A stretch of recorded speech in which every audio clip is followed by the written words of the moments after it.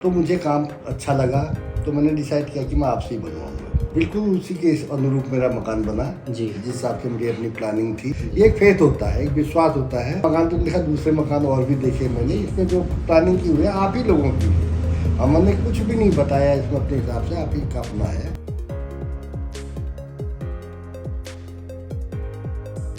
Welcome to the new video of RT realtors. मैं हिमांशु एक बार फिर से आपका स्वागत करता हूं आज के हमारे इस नई वीडियो में।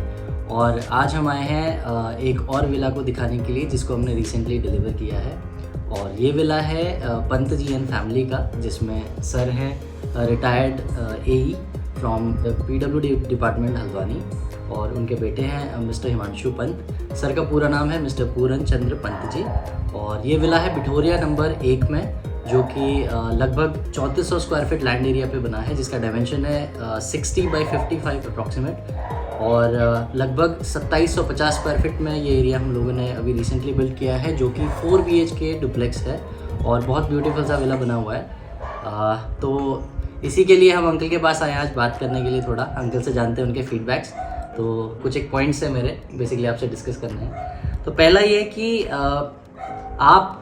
पहला सवाल जनरली आपसे ये पूछूंगा कि सबसे पहले आप जब एक विला को प्लान करने की सोच रहे थे, आपके पास लैंड था, आप प्रोजेक्ट भी देख रहे थे, तो लैंड पे कंस्ट्रक्शन करने के लिए आपने हमें कैसे चूज़ किया या हमें कैसे ढूंढा? मैं खुद इंजीनियरिंग साइड से हूँ। मैं चाहता था कि मैं खुद ही बनाऊँ उसको। ठीक है। और मैं रिटायर नहीं हुआ था जी रिटायर में जून में हुआ 2022 में। जी। उससे पहले मुझे था कि मकान बना लेना चाहिए। तो मैं किसी आर्किटेक्ट के पास गया, तो मुझे वहाँ पर ज़्यादा बात पसंद नहीं आई। तो मेरे बेटे को आपका एड्रेस मालूम हुआ कहीं से। ओके। फिर मैं वहाँ पर गया, तब आप लोगों से मेरी मुलाकात हुई। जब मैं महाजन जी के पास पहुँचा वहाँ पर, तो मुझे इनसे बात करके बहुत अच्छा लगा। जब मेरी इनसे बात हुई थी वो थी 10 दिसंबर 2020 की बात। अच्छा, आपको डेट भी याद है? तो उसी दिन इनका बर्थडे भी था, मेरी सालगिरह अरे भी थी। वाह। तो मैंने इनसे कहा, फिर मैं आपके साथ ही काम देखने गया था। जी। तो मुझे काम अच्छा लगा, तो मैंने डिसाइड किया कि मैं आपसे ही बनवाऊंगा। तो वहाँ पर से जब बात बनी तो मुझे ये हुआ कि आपसे शुरुआत करनी है। फिर आपने नक्शा मैंने बनवाया था, तो थोड़ा बहुत मैंने अपने हिसाब से उसमें थोड़े चेंजेस किए थे जब बना था। मेरा अगला पॉइंट वही आने वाला था तो कि जैसे आपने हमारा काम देखा, हमें डिसाइड किया, तो प्लानिंग की जब स्टेज आती है, तो प्लानिंग के टाइम पे जब आपके हमारे डिस्कशंस हुए, तो वो कितने क्लियर थे आपको, यानी आपकी प्लानिंग आपके मुताबिक हम लोगों ने समझ के क्या उसको ऑन ग्राउंड हम लोग उतार पाए? बिल्कुल उसी के अनुरूप मेरा मकान बना जी। जिस हिसाब से मेरी अपनी प्लानिंग थी। शुरू में जो प्लान बनाया उसी के हिसाब से चले। इसमें कहीं भी कोई डिफ्लेक्शन या कोई चीज़ें ऐसी नहीं आई कि जो प्लान से हटके हो। तो आपकी जो रिक्वायरमेंट्स थी, जो वो मेरी प्रॉपर रिक्वायरमेंट थी उसी रिक्वायरमेंट के आधार पे बना, जी। और उसी रिक्वायरमेंट में पूरा मकान बना। और जो आपकी डिजाइन, फिर मैं तो बुनियाद के समय पर यहाँ आया जी देखने के लिए कि काम ठीक है। जब मैंने आपकी फाउंडेशन का काम देखा, जी तो उसके बाद मैंने आना बहुत कम कर दिया था। जी जी। इवन देन मेरी जो स्लैब पड़ी सेकंड फ्लोर की, तो उस दिन मेरी तबीयत भी ख़राब थी, तो आपका फ़ोन आके देखने आया हो, आप तैयारी है, जी शायद उसकी पूजा भी स्वयं आप नहीं करी जी, थी। जी। और हम कोई भी यहाँ नहीं आ पाए। ये एक फेथ होता है, एक विश्वास होता है। सही बात। नहीं तो हम तो सरकारी बिल्डिंग जब बनाते रहे कभी, तो रीइंफोर्समेंट को चेक किए बिना मैंने कभी स्लैब नहीं डालनी थी। और यहाँ अपना जब घर बनाया, तो वहाँ पर मैंने रीइंफोर्समेंट तो दूर रहा, मैं कंक्रीट डालते समय भी नहीं। आप बिल्कुल सर, तो जैसे ये आप विश्वास होता है। तो आपकी जो फर्म है, इस पे मेरा पूरा विश्वास है। और अभी भी अगर कहीं पे कोई कमी आती है, तो मैं तो इनको कम बताता हूँ। कभी ये आते हैं देखने महाजन जी, तो ये खुद ही अपने लेबरों को ला के काम शुरू करते हैं। मैंने तो बहुत कम कहा मैंने इनसे कि कोई चीज़ होती है, सिविल इंजीनियरिंग में कमियां भी आती जी, हैं, बिल्कुल। दिक्कतें भी आती है। मुझे ऐसा महसूस नहीं होता कि कोई बड़ी कोई कमी आई हो, कोई दिक्कत आई हो। तो छोटी मोटी भी थी, दरवाजे में एक बार थोड़ी ऐड थी, इनने कहा नहीं जी तीनों बदलेंगे, तो चेंज करवा दी। उसके बाद जब बन के आए, तो अपने आप लगवा के चेक करके ये चीज़ें कर रहे हैं। तो साल भर के बाद भी अगर आदमी उसको कर रहा है, तो मैं तो समझता हूँ कि आप अच्छा काम कर रहे हो। और मेरी तो आपसे एक ही रिक्वेस्ट है, जैसे आप कर रहे हो अभी भी जी। काम, अधिक मिलने पर भी अपनी क्वालिटी को ऐसे ही मेंटेन करते बिल्कुल रहिए। बिल्कुल। वो आपके हक में बहुत अच्छा रहेगा। और आपकी छवि मुझे लगता है बहुत अच्छी यहाँ पे है काम करने के प्रति। मैंने तो काम पहले देखे थे आपके, अपना मकान तो देखा, दूसरे मकान और भी देखे मैंने। इसमें जो प्लानिंग की हुई है आप ही लोगों की है। हमने कुछ भी नहीं बताया इसमें अपने हिसाब से, आप ही का अपना है। इसका श्रेय मैं महाजन जी को पूर्ण रूप से देता हूँ और उनकी टीम को देता हूँ। एक छोटा सा क्वेश्चन आपसे हिमांशु भैया, पेपर वर्क को लेके आप थोड़ा हमारे साथ डिस्कशन कर रहे थे, आपने देखा भी अच्छे से, उस चीज़ को ज़्यादा आपने हैंडल किया। तो पेपर वर्क जो आपने रेडी किए हुए थे, चाहे वो कोटेशन की बात हो, अग्रीमेंट की बात हो, क्या आपको उन सारी चीज़ों में क्लैरिटी थी? उसमें इतनी क्लैरिटी थी कि मतलब हमारी तरफ से कभी कोई डाउट नहीं आए जी। चाहे अगर मैं बिल्डिंग प्लान की भी बात करूँ तो हमने रिक्वायरमेंट दी थी 4 BHK मकान की हमारी फैमिली को देखते हुए। ठीक है। तो हमने एक रात दी थी आप लोगों से शायद डिस्कस करने के लिए कि विद इन द फैमिली हम डिस्कस करेंगे। तो हमने शायद कुछ 2-2.5 फीट का यहाँ पे चीज़ कम कराई थी डेप्थ में, बाकी जैसा आपने प्रपोज किया था सेम वैसी चीज़ें हुई हैं। बाकी कोटेशन को लेके, बिलिंग को लेके कोई दिक्कत नहीं आई आप लोगों की वजह से, मतलब आज तक पैसे की आस भी नहीं आई जी कि इस टाइम पे ये चाहिए वो चाहिए। एक शुरुआत में हम लोगों ने तय किया था कि इस लेवल्स पे हम लोग पेमेंट प्लान करेंगे जी। तो पेपर वर्क को लेके कोई कंफ्यूजन है नहीं, आपको? किस चीज़ में कंफ्यूजन नहीं हुआ। अंकल आपसे फील्ड से ज़्यादा रिलेटेड है, क्योंकि हर कोई पूछता है जब भी आपका प्रोफाइल हम लोग बताते हैं कि आप देखने नहीं आए, तो ऐसा क्या कि मतलब आपने सुपरविजन के तौर पे हमें हमारी क्वालिटी को किस स्तर पे जज कर लिया था?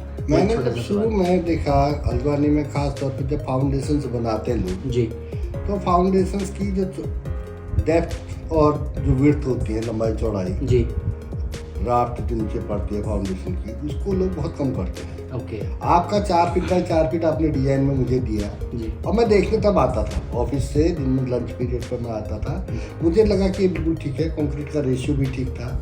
तो मुझे तभी लग गया था कि जब रीइंफोर्समेंट में आपने कॉलम्स खड़े किए, उसमें 16 mm की बार की भी जो आपकी डिजाइन में थी उसी के अनुरूप चली जी, रिंग्स भी कॉलम की उसी तरह से थी। तो मैंने कहा विश्वास मुझे वहाँ पे हो गया कि आप लोग टेक्निकल तरीके से काम करते हो और उसी के आधार पर आप आगे को बढ़ो। अब आते हैं फिनिशिंग पे। तो घर की फिनिशिंग के लिए क्वालिटी, ओवरऑल क्वालिटी की बात करूँ तो आपको कैसी लगी पूरे घर की?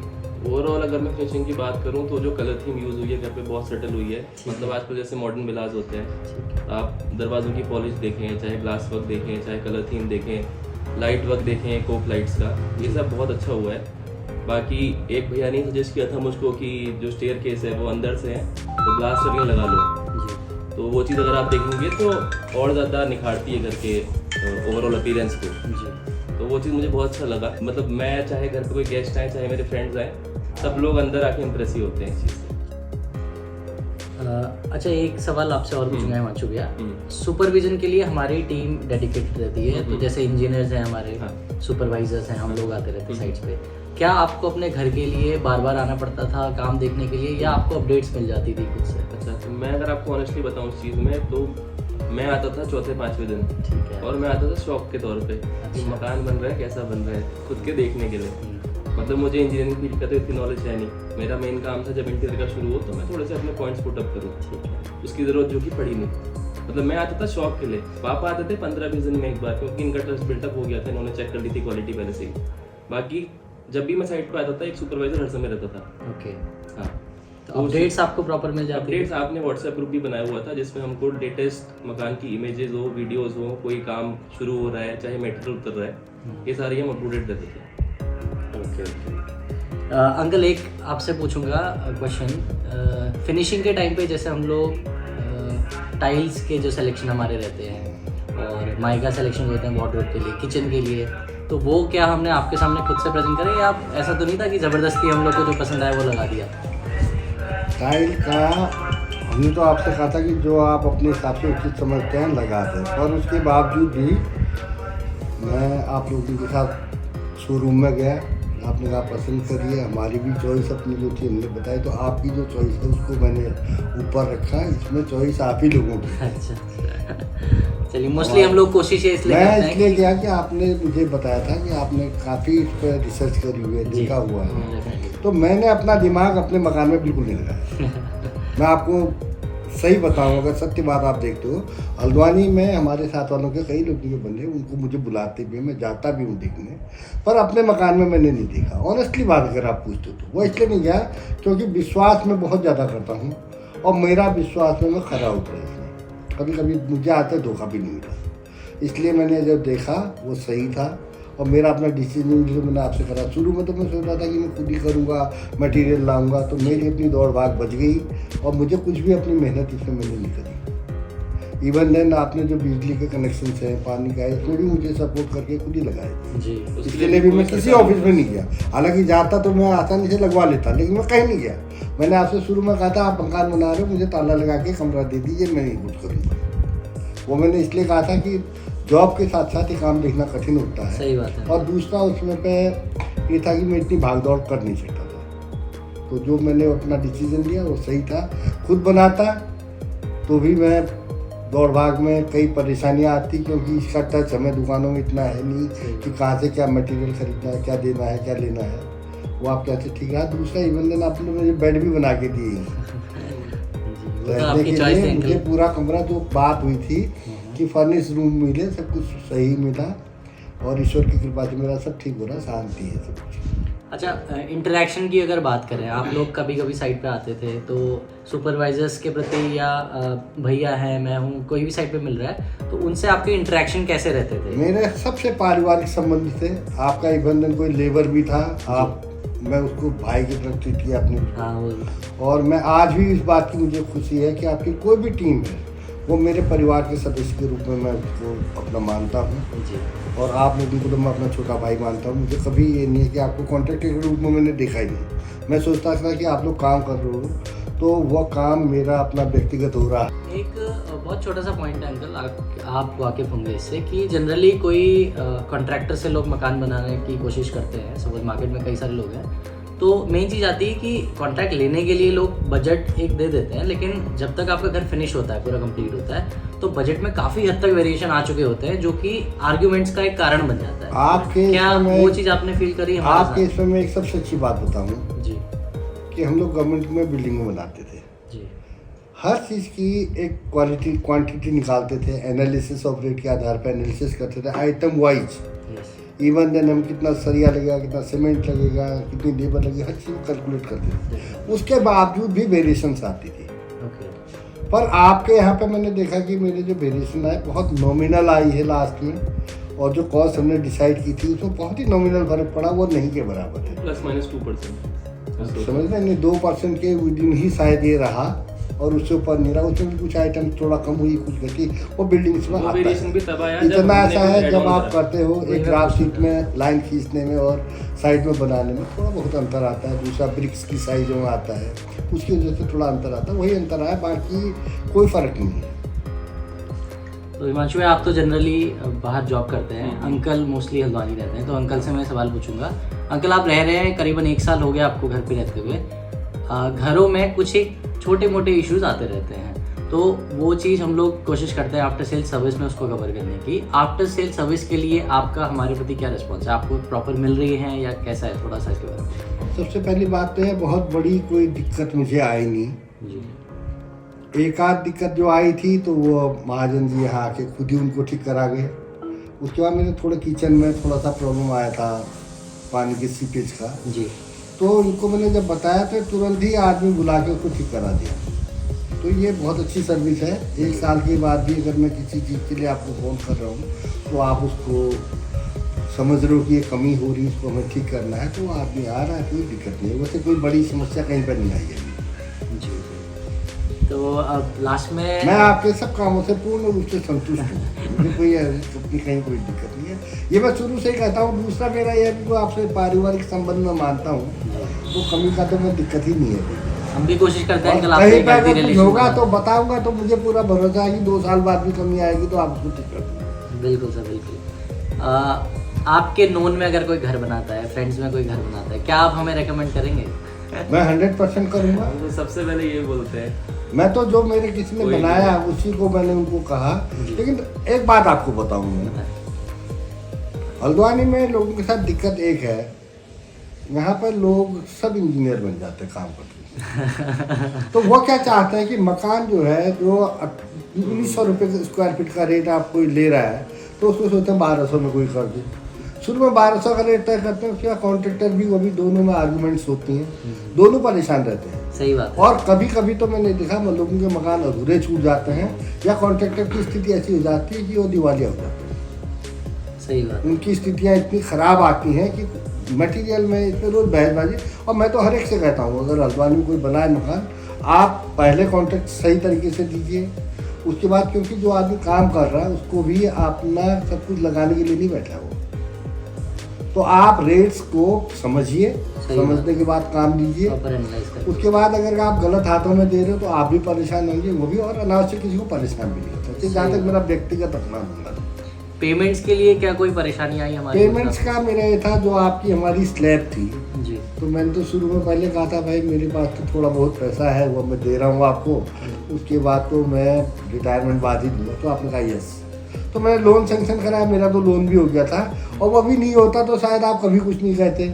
लास्ट में तो स्लैब जब आपने ऊपर गिरा दी स्टेजेज वाइज में देता रहा जी, लेकिन उस समय मैं खुद बीमार पड़ गया था, तो मैंने आपको फ़ोन किया था कैसे से हो गया, तो उन्होंने मेरे बेटे को खुद फ़ोन किया कि अगर तुम्हें ज़रूरत है तो यार मैं तुम्हें दे के जाता हूँ पैसा। ये भी एक मानवता है, ये बड़ा काम है, तो उसमें न तो हमारी तरफ से डिले करने की मैंने कोशिश की, आपकी तरफ से तो कभी नहीं कहा कि लेके आओ, कभी नहीं कहा। मुझे नहीं लगता कि आपने कभी डिमांड मुझसे कही दे जाओ, लेकिन मेरा अपना व्यक्तिगत ये है कि पैसा अगर आप कर रहे हो, आपके पास है, होना चाहिए काम करते हुए, तो टाइम पर दे देना, जिससे कि जो काम कर रहा है उसको भी सुविधा हो, और आपका भी है कि अनावश्यक जमा करके क्या करोगे आप अपने पास, उसको काम करना है लेबर का, उसको भी हर एक आदमी को देना है, ये सोचना चाहिए। दोनों पक्षों को इसमें बराबर का हकदार होते हैं, और नहीं है किसी के पास तो आप लोग वहाँ पर कर रहे हो, ये बहुत अच्छी बात है। Thank you uncle. 2 लाइनें आरटी रियल्टर्स के बारे में, हमारी टीम के बारे में आपसे सुनना चाहूँगा, क्योंकि आपका फील्ड हमारे फील्ड से भी अटैच है, आप सिविल से हैं, बहुत अच्छे बैकग्राउंड से, PWD से रिटायर्ड हैं, तो आपके जो भी फीडबैक रहेंगे हमारे लिए सबसे ऊपर रहेंगे। तो 2 लाइनें आरटी रियल्टर्स और हमारी टीम के बारे में आप क्या कहें? आपकी टीम के बारे में ये है कि आप इंजीनियरिंग साइड के न होते हुए भी स्वयं आपने इंजीनियर्स रखे हैं, लेकिन आपकी जो नॉलेज है एक अच्छे इंजीनियरों से काफ़ी ऊपर है बनाने के मामले में, जिसमें आप क्वालिटी और ये सब चीज़ों को समझते हुए, आज इवन दिन मेरी जब आपसे चर्चा हो रही है, आप बार चार्ट की, क्रिटिकल पाथ की बात मुझसे कर रहे हो जी, तो इसका मतलब आप काफ़ी अंदर तक उस चीज़ को समझ चुके हो। और दूसरा यह है कि आपके अंदर सबसे बड़ी चीज़ ये है कि आप किसी मकान को बना रहे हो तो उसमें आपका ध्येय ये नहीं कि मैं केवल पैसा कमा लूँ, आपका ध्येय ये है कि मैं अच्छा घर बनाऊँ, मेरी क्वालिटी अच्छी हो, मेरा नाम अच्छा हो, ये सबसे बड़ी चीज़ है। फिर हम लोग फैमिलीज भी ऐड कर रहे हैं अंकल, हमारी भी एक फैमिली बनती जा रही है धीरे धीरे, तो आप लोग भी उसमें क्रूशियल मेंबर हैं। हम तो शुरू से आपको अपनी फैमिली का मेंबर मानते हैं, और मेरे बेटे का नाम भी मानते हो, आपको तो मैंने शुरू में कहा आप तो मेरे बेटे की तरह हो, आपको मैं बिल्कुल ऐसे मानता हूँ जैसे अपना भाई होता है। मैं काफ़ी आप लोगों की इज्जत करता हूँ, और ऐसे नहीं कि आपने मेरा घर बनाया, ये एक छोटी सी चीज़ है, मैं इस चीज़ को बहुत वो भी नहीं करता हूँ, लेकिन जहाँ तक आदमी का व्यवहार है, वो व्यवहार कुशल अगर आदमी है तो वो बहुत बड़ी बात होती है। आदमी की ईमानदारी और सच्चाई 2 चीज़ें बहुत बड़ी होती है। पैसा तो आप आज कमाओगे कल खर्च भी होता है, कोई उसको बहुत महत्वपूर्ण चीज़ वो नहीं है। आपने 1 लाख का मकान बनाया 1 करोड़ का, वो बहुत मायने नहीं रखता है, लेकिन यह है कि आपका लगन कितना है उस चीज़ के प्रति, वो महत्वपूर्ण होता है। जो लगन आप में मैंने देखी, जो निष्ठा देखी, वो बहुत बड़ी है।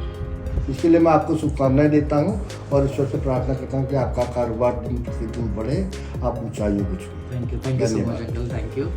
तो ये था अंकल का एक जेन्युइन फीडबैक, और इस फीडबैक को लेते हुए पॉजिटिवली हम लोग आगे भी ग्रो करते रहेंगे, और ऐसे ही विलास की और वीडियो आपको दिखाने के लिए आप मेरे चैनल को सब्सक्राइब कर सकते हैं। आरटी रियल्टर्स करके आप यूट्यूब पे हमें सर्च कर सकते हैं, इंस्टाग्राम हैंडल हम नीचे मेंशन कर देंगे, उसे आप फॉलो कर सकते हैं। बाकी हमारा ऑफिस नवाबी रोड हल्द्वानी में है, कभी भी ऑफिस आके आप हमसे डिस्कस कर सकते हैं अगर आप अपना भी कंस्ट्रक्शन करवाना चाह रहे हैं। और मिलते हैं आपसे इसी तरीके की नेक्स्ट वीडियो में, तब तक के लिए नमस्कार।